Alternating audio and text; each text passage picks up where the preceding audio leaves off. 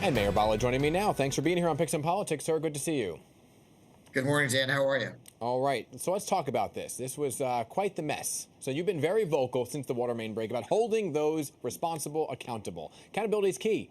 We eventually learned the main was ruptured that Monday by a PSE&G crew doing construction, but there's been a good amount of finger pointing of who should really shoulder the blame, right? So who do you, Mr. Mayor, think is ultimately responsible here?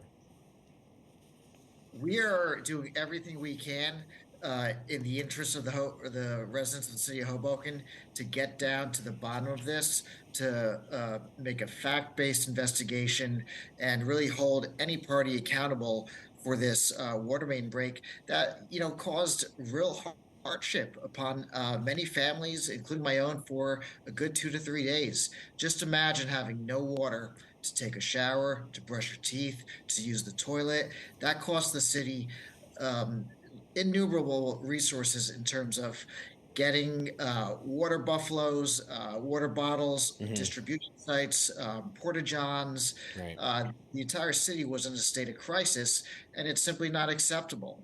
So, we are actively investigating the facts. We'll take the facts to wherever they lead us.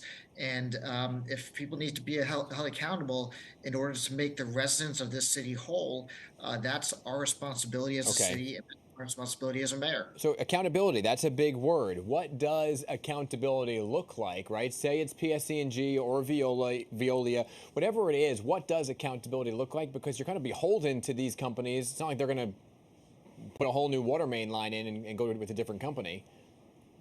These are largely responsible partners that we've worked with and still work with on a daily basis. They will remain partners in the future. We want an amicable resolution, but one that is just, one that is fair, and one that makes the residents of the city whole. So I can't tell you, Dan, right now what that will look like. There may be shared responsibility among these two different entities, but I can assure you we'll do everything we can to make this right, because it really wasn't fair for that Right. almost a half a week for this to happen to Hoboken residents. Yeah, and I want to talk about the boil advisory, right? Because when our Pix 11 reporter on the scene spoke with you, you said the water company Veolia did not read the water pressure meters soon enough. Hoboken residents, as you know, they were already drinking the water. So here's what a spokesman from Veolia told us on the scene that same day. Listen. Information that we had said that the pressures were continuing throughout the city of Hoboken. Once we finally were able to isolate that main, we were given some data that showed that unfortunately some pressure in certain locations had dipped below the threshold. And not to raise red flags here, but I think the main question is, were Hoboken residents drinking unsafe water before that boil advisory went into effect?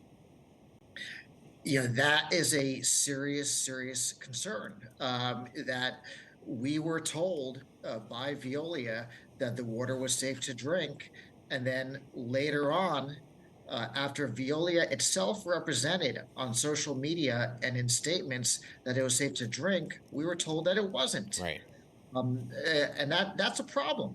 That's a real problem and a potential public health concern for the residents of our city. Now, fortunately, the water turned out to be, after testing that was given to the Department of Environmental Protection, it turned out to be that even though the PSI was below 20, which is unsafe levels, that there were no problems, and the boil water advisory was lifted. Okay. That's the good news, but it created a very serious potential issue for the rest of Hoboken from a health perspective. Right. And So to put that issue to rest, can you definitely say there were no subsequent health concerns at that time? there are no health concerns that we are aware of. Okay, good. So obviously you spoke about the problems that it caused, and we know many businesses were forced to close because of it. So have you spoken to those local business owners? How did that really affect their bottom line in terms of lost revenue? It likely affected hundreds of businesses across the city. You can't, by Department of Health regulations, open a business if the employees don't have running water to wash their hands, these basic necessities. So businesses, many businesses had to shut down, Yeah. loss of revenue. We're working on a daily basis with those businesses to identify ways that they can recoup those Okay. losses, be made whole. So, Mr. Mayor, besides the water main, and we only have a minute left here, besides the water main issues breaking or rupturing, in this case, seemingly by human error, there have been other water main breaks. It always seems like there's a flooding issue in Hoboken. I know you've tried to address this when it rains and whatnot. In the short time that we have left, infrastructure is a top priority. What's the main thing you'd like to accomplish this year?